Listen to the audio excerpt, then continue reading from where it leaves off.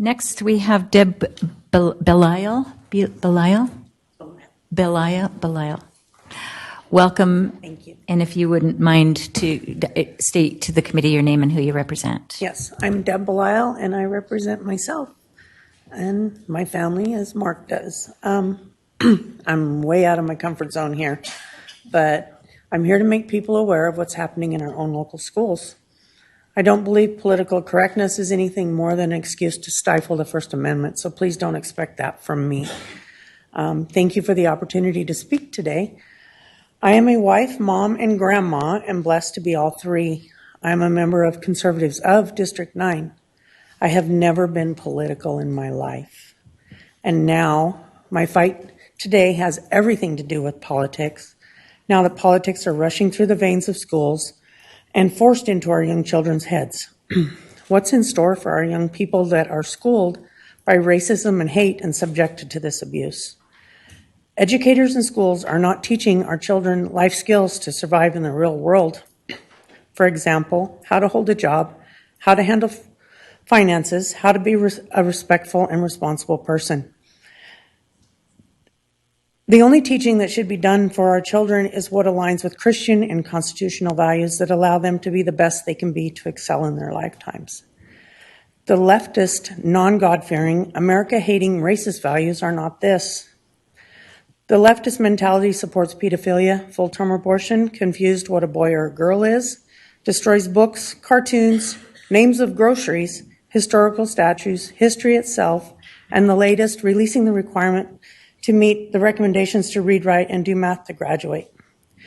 Good is bad, bad is good, truth is lie, lie is truth. Is this the mentality of educator we want educating our kids? Teachers are typically more educated, but they're narrowly educated. The ratio of liberal to conservative professors has profoundly changed from 4-to-1 a few years ago to 17-to-1, and this data is from 2019. I couldn't find recent data. This is in our upper level education system. It's likely safe to assume our K-12 liberal versus conservative ratio is much higher. Again, I could not find recent data to support my assumption. What is happening right now to our children is unacceptable. From school closure to forced masking to indoctrination and teaching of critical race theory. Every issue is absolute child abuse and nothing less. What I have encountered regarding CRT here in the Payette Middle School by an 8th grade teacher is outrageous and unacceptable. This was brought to my attention by a substitute teacher that reported this kind of teaching happening in our middle school. I was immediately outraged and reached out on Facebook to find out who the teacher was and what exactly was going on. I received immediate responses by a few parents that told me this was happening. This teacher was streaming CNN in her classroom, has a photo of Obama hanging in her classroom, wore a Joe Biden mask to school, spent the entire month of February studying Black history.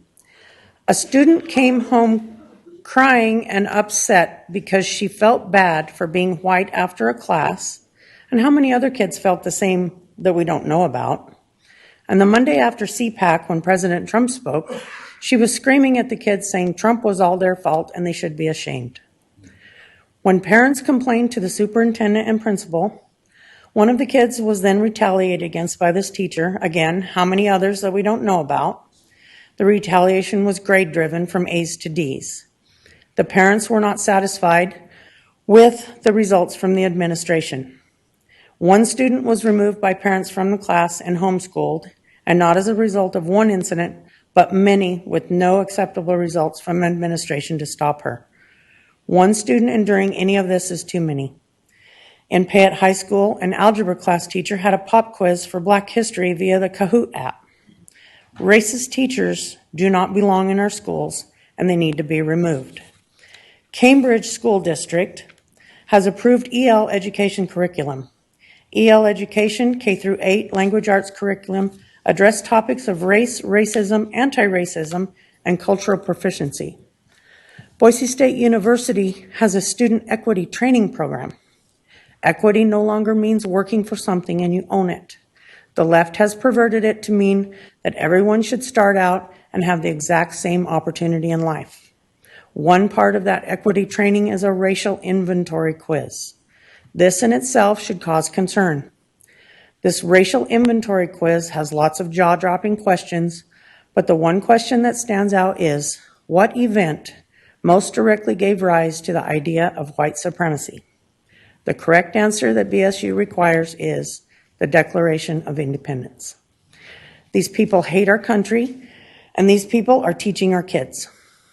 Administration at Payette School District says they are addressing the issues, saying teachers have apologized to their classes and that the resources being used are discontinued. Administration at Payette School District admits to not knowing previously that this was happening in their schools. I've provided you emails from the administration because there's names on it. I don't want it out. Just because the teacher says they are sorry and says they aren't using those resources doesn't mean they are stopping it. We must remove these teachers that abuse our kids.